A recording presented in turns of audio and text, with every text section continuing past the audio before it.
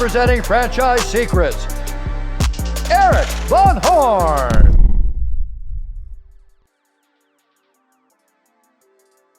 Hey listeners, if you're not in the Franchise Secrets Facebook group, what are you waiting for? It's franchisesecrets.com/Facebook. Now, this is a large community of franchisees, franchisors, buyers, sellers, anybody that's involved in franchising in any way. It's the community to go to. Ask your questions, get answers, help people out, and get help. It's franchisesecrets.com/Facebook. Welcome to the Franchise Secrets Podcast with your host, Erik Van Horn, here with today's guest, Dave Claflin, and he's with Fastest Labs. What's going to be interesting about this conversation with Dave is he was a franchisee before he was a franchisor. His kids are in the business as franchisees. So I love talking to founders who understand it from the franchisee perspective, the franchisor perspective, have kids involved in the business. So I'm excited about this podcast, Dave. Welcome to the show. Well, thank you, Erik. I am glad to be here. I'm glad we got some time beforehand to kind of talk about all this. And you have some exciting things going on in your business and your franchise, like the way that you've utilized technology, just your, how coachable and teachable you are. And so I'm excited to get into a lot of that. But why don't you go back to the beginning of your career in franchising and give us a foundation of who you are and how you got started? I'd love to. Thanks for asking. So my wife and I actually, when we were in our 20s, we both had careers, both had just graduated, and we had a 6-month-old daughter. And we were at this place where, what are we going to do from here? I had some business dealings that I was working on that we just realized that it's time to work for ourselves. And so she said, as hard as you work, this is the thing that motivated me. She said, as hard as you work, you need 100% of the effort. You need to benefit from that instead of making 40 or 60% of each deal like you're doing now, because I was in a real estate, a Prudential commercial real estate. And she said, you work so hard, you need to work for yourself 100%. So I looked around, I had limited capital, literally. I think we had $15,000 that's what our car was worth. And my mother gave me $5,000 to as seed capital. She said, someday I was going to give you this anyway. So that's where we started, 6-month-old, 23, 24 years old. And all I could afford was a Merry Maid's franchise. So we got in the Merry Maid's business. It was a great business. You couldn't have asked for a better, more wonderful organization. They had great training. They had great tools. And, if you worked the business, you were going to be fine. So we did that for 13 years, grew the business. The problem is when I started that business, I had a full head of hair and low blood pressure. I left 13 years later on hypertension meds and in this condition, bald. But we loved the franchising model so much. We just didn't want the whole process of 25 employees that are driving around in cars and responsible for breaking items in people's houses or things missing and everything that goes with it, injuries, workers' comp claims, a whole bit. So we said, let's do something in franchising again, but with less employees. So we bought a Worldwide Express franchise from a friend of ours that had it. We partnered up and found out that it was a really good business and enjoyed the business. Ended up buying her out. And then while I was out cold calling for that business about 3 years after being in the Worldwide Express franchise as an owner-operator, I ran across a drug testing business and I was intrigued by it. And I had told my wife, I said, I want to be a franchisor instead of a franchisee. I love the franchise model. I'm a student of franchising and I was looking for that opportunity. And I realized, okay, no one's doing this well. They're not doing drug testing as a franchise well. So this guy loved sushi. I would go by there and take him out to eat. Every time I was in town, we'd talk about his business. He'd tell me about his margins and how much good he does in the community. And I was hooked. So we opened our first Fastest Labs clinic under the name of Lab Work Now in 2008. We broke even within a couple of months. We kept on growing. 2 years later, after putting together our franchise system and working with a franchise attorney, we put together our own operations manual, and we launched in October of 2010.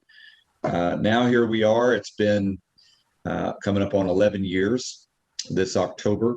And the exciting part is we're now in 23 states. We have just sold our 89th franchise. We'll probably be at 100 franchises before the end of the quarter, fourth quarter. And that's where we're at. I mean, that's kind of a start to finish of where we're at. But the beauty is we love franchising. We know what it's like to be, gutting it out as a brand new franchisee, trying to make payroll and trying to break even. And we know what it's like to start from scratch twice, as well as what it's like to own a franchise company and what's required to be a good franchisor. That's my story, Erik. So I love it. I love it. I want to dig into the franchisor thing a little bit more, because there's a lot of franchisees that are thinking about becoming a franchisor. Some of it is they're like, I don't get a lot of support from my franchisor. I want to become a franchisor so I can give franchisees support. Some of it is I see the multiples that franchisors are getting when they exit to private equity. I want to participate in some of that. Others just want a challenge, and they have when you're in franchising and you're successful, people are always coming up with an idea about a business that they want to franchise. And so, and I hear that on a weekly basis. Someone comes to me with an idea that they want to franchise. So there's all kinds of, I don't want to say pressure, but there's all kinds of conversation for those of us that are in franchising on starting or becoming a franchisor. So what were the things that you experienced that you would want to share with someone that is wanting to go from a franchisee to a franchisor? Any kind of lessons that you learned along the way or mistakes that were made? I did. One really important one is make sure you get a phenomenal franchise attorney. It's expensive. In fact, we took out a $50,000 home equity loan to pay for said attorney. But we found out it could have been close to $125,000 by the time we finished the whole process of writing our own operations manual and what have you. So the beauty is if you're a current franchisee, you already know what an FDD looks like. So that's a check mark for you. You already have an operations manual. And so start there, take your current operations manual from the current franchise system you're in and start writing your own. Save yourself about $30,000, $40,000.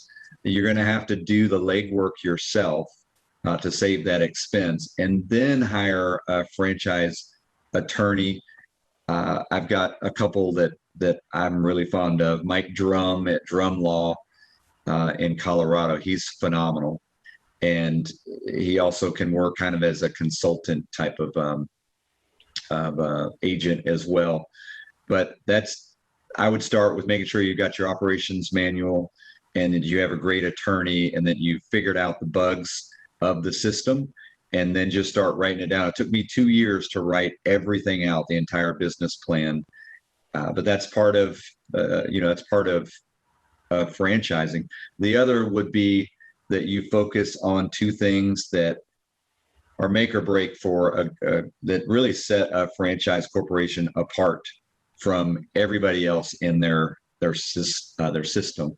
And that would be that you have world-class training and support.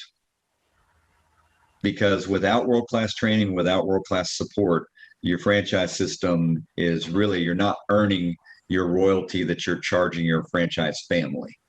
And it's only fair to make sure they get their money's worth every single month. The second thing is that you look for the technology that will set you apart from the competitors and make you better than even your competing franchise corporations that are in your industry. So what does world-class training and world-class support look like?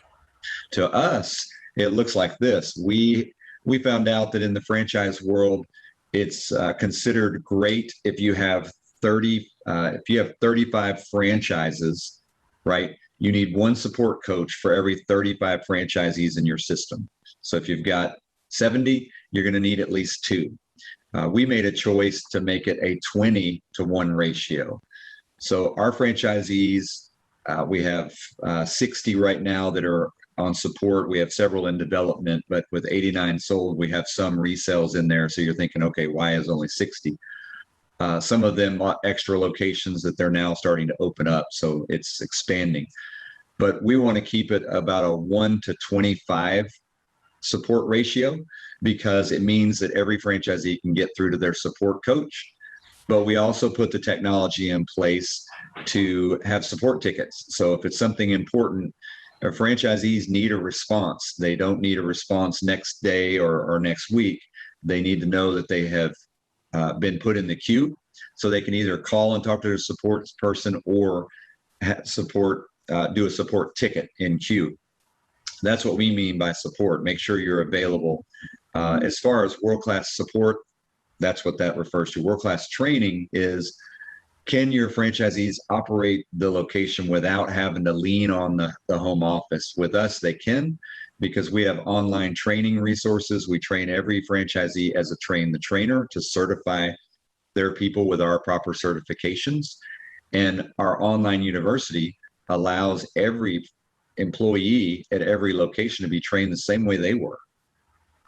So that's what I mean by training and support. In fact, we're working on something pretty special right now, where now they're going to be able to take online quizzes, and it grades the student, and it doesn't let them move on to the next quiz until they've completed the next portion. It takes us 12 days to train an employee. So we have 12 modules of training that every employee has to go through. So I think that's interesting. I know a lot of franchisors, some of them don't even have an intranet. They don't even have a website where they can go to access a lot of training videos. And if that's the case, that's a mistake. You need to at least have that, and just a portal where you upload all of your videos and documents, so franchisees don't need to make a phone call, and you can do it once and they can always have access to it, or their employees can have access to some of these trainings. But you just took it another step further and have quizzes. And so explain that. There's different software out there that you can use, like Kajabi is one of the software technology pieces that you can use, or maybe it's FranConnect within FranConnect itself. What are you using, just to get kind of super tactical on this, what are you using for the training and the quiz? You are very smart, Erik. Very smart guy. And I didn't even tell you to say this. I didn't even coach you to say this. You're a student of the business. We use FranConnect, and FranConnect came out with a module.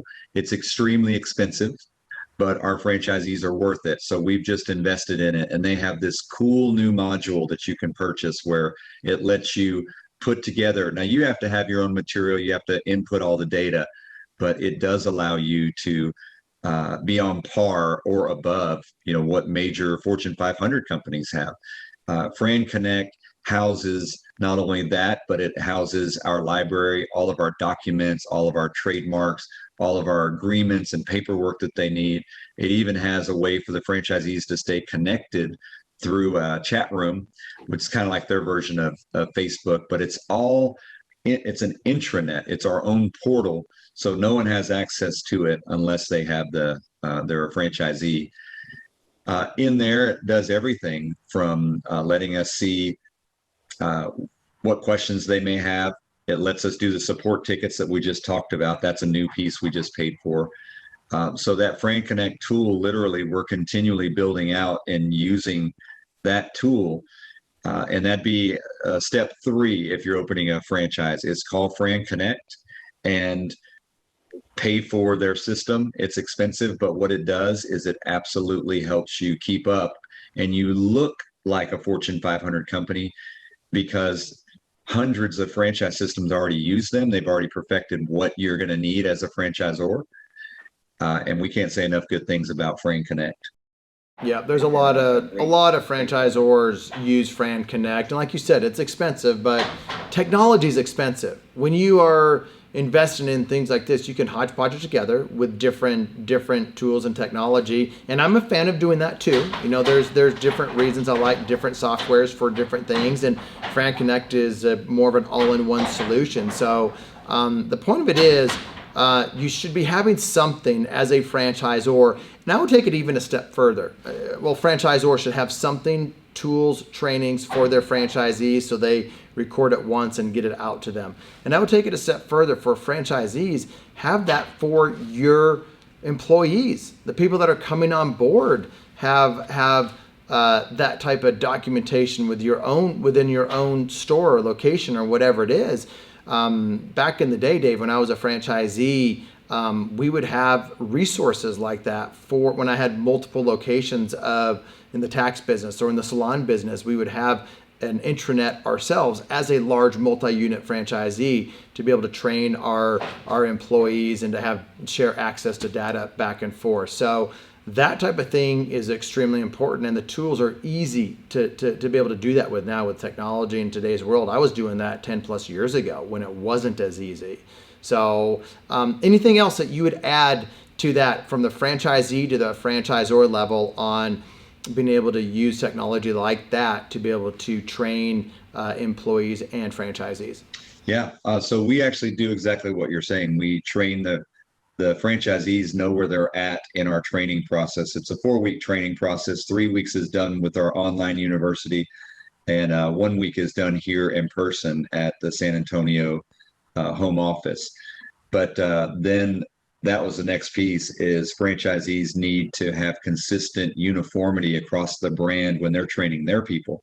So that's what we're working on right now, that we're going to be revealing in fourth quarter is, hey, here's new tools for you to use, make your life easier training your own employees. So we're right there with you. It's a great way to use that technology for sure. We have another technology as well, but I don't know if we'll, I'm happy to share that at a later time in the interview, but want to make sure that we answer the question as far as how to support the franchisees' world-class training, world-class supply. Well, let's build on that a little bit more from a marketing support and how you help franchisees with marketing, whether it's social media or grassroots or guerrilla marketing. What are you seeing out there? How are you helping franchisees, or how are franchisees out there evolving themselves in today's world of technology and social and, old school and new school marketing tactics? Right. So we have 4 buckets is what I call them. 4 buckets of they're basically profit centers that they can actively go pursue, and they're put in 4 different buckets. The first bucket is that if you're going to be a Fastest Labs franchise, you have to have a great website, and so the website is provided for every franchisee. It's a microsite that is perfect for their area, their select zip codes where they do business. We do all of that through a company called Scorpion, and Scorpion is just a phenomenal franchise website builder. But what we loved is how they could let all of us organically build our own presence locally and nationally. So we just hand our franchisees over. We say, hey, this is a new franchisee in San Antonio. Give them the Fastest Labs website, and they have a coordinator that works with them for the life of that franchisee in our system. They work with Scorpion to do all of their pay-per-click marketing, their SEO, search engine optimization, their Google organic, their organic maps, and then, of course, the organic portion. They make us look really good, and they instantly give us traction on our competitors. It's a better mousetrap. And so that's how we handle that piece. Franchisees love it, but what can happen is they can love it so much that they get used to getting the business built for them off the website. And that's not what we signed up for. So we want them to use the other 3 buckets, which is, one is, because drug testing is something that's so prominent out there with manufacturing companies, construction, industry, as well as trucking industry and HR representatives. We have them join those organizations like SHRM, Society of Human Resource Management. You're going to eat lunch anyways, at least once a month. So why not go do it in a meeting setting with all HR professionals that control drug testing? So we give them the marketing materials. They can order all that through the website, and it's customized. So they look fantastic in front. And we even give them PowerPoints and the resources to present, be a guest speaker, be a table sponsor, and even do trade show events with those types of organizations. There's a handful that we work with there. The other two buckets are outgoing sales, where when they need to grow their business, because we want them to go the business to business route, B2B. Best thing they can do is call on their customers, but have a true script that they've been trained on. So we spend a great deal of time on training them to be sales ready, because we're in the drug testing business, but really we're in the sales business. The name of the game is get more companies to use your clinic to do their drug testing. You can train people to do that piece for you, the drug testing site or for certification, but going out and getting the business is really where the franchise owners will get traction. And then the fourth bucket is good old fashioned outdoor, going and dragging it home, harvesting it, and getting a new customer. Tell me more about that. I want to hear about the good old fashioned getting dirty, going out there and dragging customers in. Well, that takes another skill set, which they need training on. If people have a marketing background, a sales background, or even they're just really good with people, they have a great sense of being able to talk to people. Those are the type A players that we want in our franchise family. In fact, we won't even sell if they don't have those capabilities, because we know what's going to happen. They're going to buy a franchise. They're going to rely on the internet marketing to build their business, and they're going to get to a certain level and they stay there, which they're happy. But we've signed up for them to be much better off than just okay. We want them to get 1% better every single day, because that's what we strive for. How do we do that? Well, there's some new tools out there that we have subscribed to, and you might have heard of like HubSpot. Great. That's a great one. HubSpot's a great one. It's big. It's expensive, but that's one of the best. There's one of the best. So what we're finding is that through intuitive data now and artificial intelligence, we can actually find out, have you searched for drug testing from ABC company that's right up the street from us that's in your zip code? We can now get leads that say these people have been looking for drug testing. So voila, the franchisee has a script. They have a sales flow tool. We have a CRM that's built for them to utilize to do 18 follow-ups instead of the usual 3 that other salespeople do. Yep. But it sends them videos, it sends them social media links, it sends them, basically we get real sticky and we get stuck to this customer until they either say, yes, we'd love to use you, or please go away, stop bothering me. But either is a good answer. Are you targeting them on Facebook and Instagram and LinkedIn, and then targeting and then using HubSpot, or is it different than that? We're targeting through their email address and their personal cell phone numbers. Now, that's the scary part, is you can buy that information now. And our franchisees, because collectively, what we did is, it's fascinating, but we had a franchisee call me 2 days ago on Monday. And he said, hey, I just want to let you know, I just signed up a $1,500 a month account on the heels of another $1,500 a month account. Both of them were through the new technology that we've deployed, through the artificial intelligence and through the intuitive data. We got the lead. We found out they were looking for drug testing. We called them. They said, yeah, we just lost our drug testing provider. They went out of business. We'd love to use you. And they sent 2 people already. So what we've done is we're going to use technology to be smarter, use that intuitive data. Now we have to pay for it, but it's a way for our franchisees to build their business and then use the data flow sales scripts that we already have written to really be sticky and stay on that lead. So it could take a week, it could take a month, 8 months, but they continually fill their pipeline full of leads. And there's no reason why they shouldn't be able to grow their business. So franchisees and franchisors, this sounds really cool and exciting, but it's expensive, not crazy expensive, but it's expensive. And it takes someone at the corporate office to know what they're doing to be able to have these conversations with HubSpot, with the different vendors and whatnot. So kudos to you for going down that rabbit hole of technology and using artificial intelligence. And I want to say this about artificial intelligence, because to some of you out there thinking about, or just thinking about artificial intelligence, it's kind of scary to you. And you're like, there's really no solid artificial intelligence, but things have changed there was the number of touch points today to be able to aggregate different things. The artificial intelligence has improved so much in recent years than it was not even a short time ago.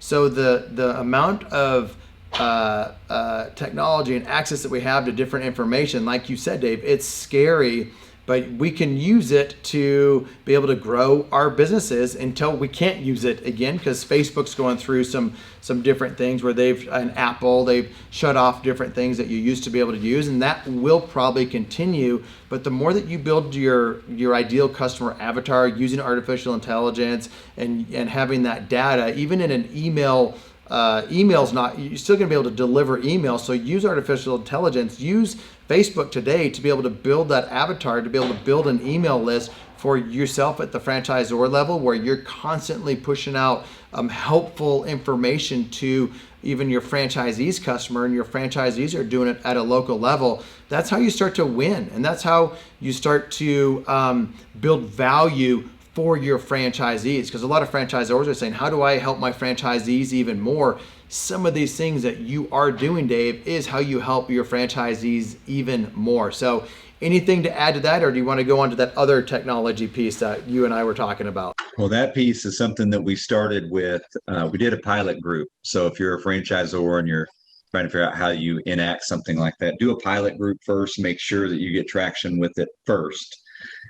Because it was expensive, and it's working so well that we launched another pilot group. And then in October at our national conference, where all of our franchisees come into San Antonio for the award show and the weekend conference, everyone is going to hear about this, and they're going to get to hear the solid results.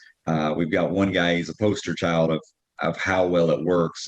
He has grown his business so quickly this year that not only has he become the front runner for Rookie of the Year, but he's also about to open his second location, and he's only been open 8 months. Mm. It's incredible. And a lot of it has to do with him embracing the technology. But the guy the two of them that are there, one of them's a very young guy, very coachable, loves technology. So he jumped all over this, and he just can't get enough of it. And then the owner is a true sales guy. So between the two of them, they're crushing it. We couldn't be more proud of them. But yeah, we have other technology that we put in place too, and happy to visit about that. Yeah, tell us more. Well, so we are in the drug testing business. One of the things that I found out is the International Franchise Association, which is a phenomenal organization representing franchisees and franchisors. I was at their annual meeting, their conference, and they had a speaker there, Bright Star.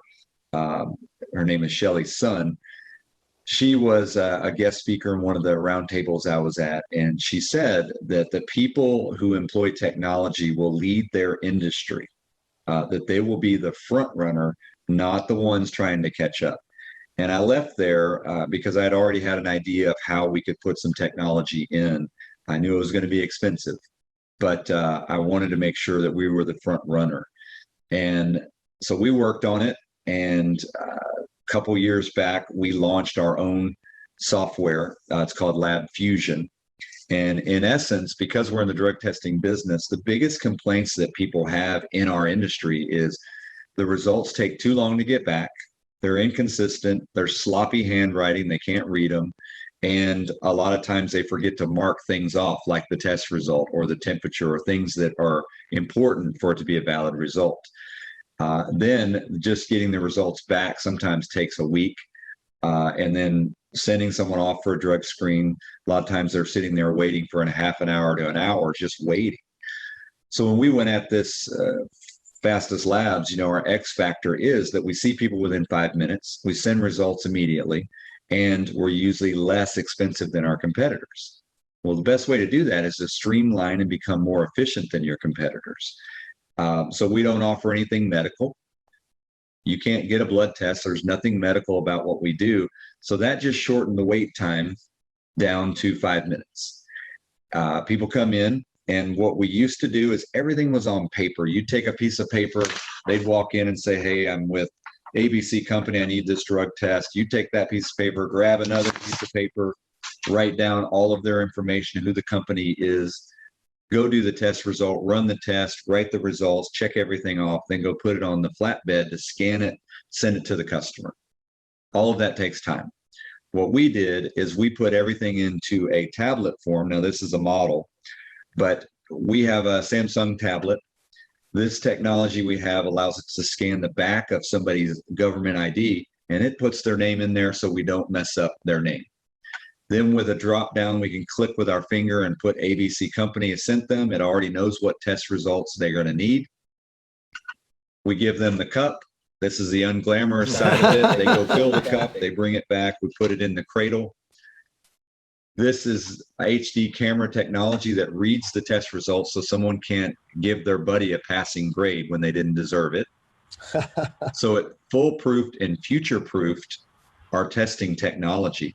It reads the temperature, reads the result. The donor signs with their finger, and then we just hit send, and it goes straight to a portal that is password protected for the employer. So they each have their own portal login. And we no longer have to run fax or scan anything in. And it even sends a result saying, hey, your result is back with a password protected password. So that's what we did. And since we did that, that first year when we announced it at our conference, we got a standing ovation because everyone realized, hey, we don't have to work with paper. We can test people and send it immediately and cut down on the mistakes and be efficient. We believed in it so much, and we were so committed to it that we paid for everyone. It was kind of like an Oprah Winfrey moment where you get a tablet, and you get a tablet, and you get a tablet. Everybody they were clapping. Some people were crying. And it was just a wonderful moment in the history of our company that happened 3 years ago. Since then, we've been building on the technology. Now we're putting a point of sale system into the tablet to cut down on accounting, to make technology even better for the franchisees, where they'll be able to do credit cards through, do their transactions, do their billing, and get back some of their time. Again, just being more efficient. I love that. And I love how you tested it. It works, and it rolled it out to the entire franchise system. You gave it to them, and there's no better way to get people to be fans of it, to want to use it and want to buy more of them than to give it to them at first. So I love how you, obviously, you were a franchisee, so you get what it's like to be a franchisee, and now you're a franchisor, and you are supporting franchisees the way that most franchisees would want to be supported. So I love what you're doing, Dave. I'm glad we got to get to know each other a little bit before we actually hit record, and then obviously on this podcast. One of the things that I have appreciated about you is that you're teachable and you're coachable. And we were I was giving you a little bit of advice early on, and you were taking notes, and you were learning. You probably knew all this stuff anyway, but you took some notes and you're changing some things. And the same with Shelly's son. Shelly's great. She has a great book out there. She's been on the podcast. She's got a great book on how to franchise your business. Go check it out. She's been involved in the IFA. She's a great resource out there. But you heard a speaker say something and you acted on it. So I'm just honored to have you on the show. Any last bits of wisdom that you'd want to share with the audience before we go on to the next? Bits of wisdom, I would say that any opportunity that you look at, one of the things that we see is that we have people that say, hey, I'd like to do this business and I'm going to bring in a partner. My bit of wisdom, I'm not trying to trash partnerships, but I've always felt like anything worth doing is worth doing on your own, and you don't need a partner. So I would say to any of the folks that are looking at buying a franchise or opening a business or starting something, do your best to do it on your own, because long term, you're going to be very excited that you don't have to split the pie 2 or 3 or 4 ways. And you're not going to resent anybody for not doing their share of the work, because partners always think they're doing more than the other person. So that's my bit of advice: is anything worth doing is worth doing on your own. Well, great advice, Dave. Thanks for coming on the show. Absolutely. Thank you, Erik. Thanks for listening to this episode of the Franchise Secrets Podcast. Whether you're watching or listening, please make sure to subscribe to my YouTube channel and to whatever channel you're listening on. If you want my help with anything from buying a franchise to franchising your business, please visit franchisesecrets.com.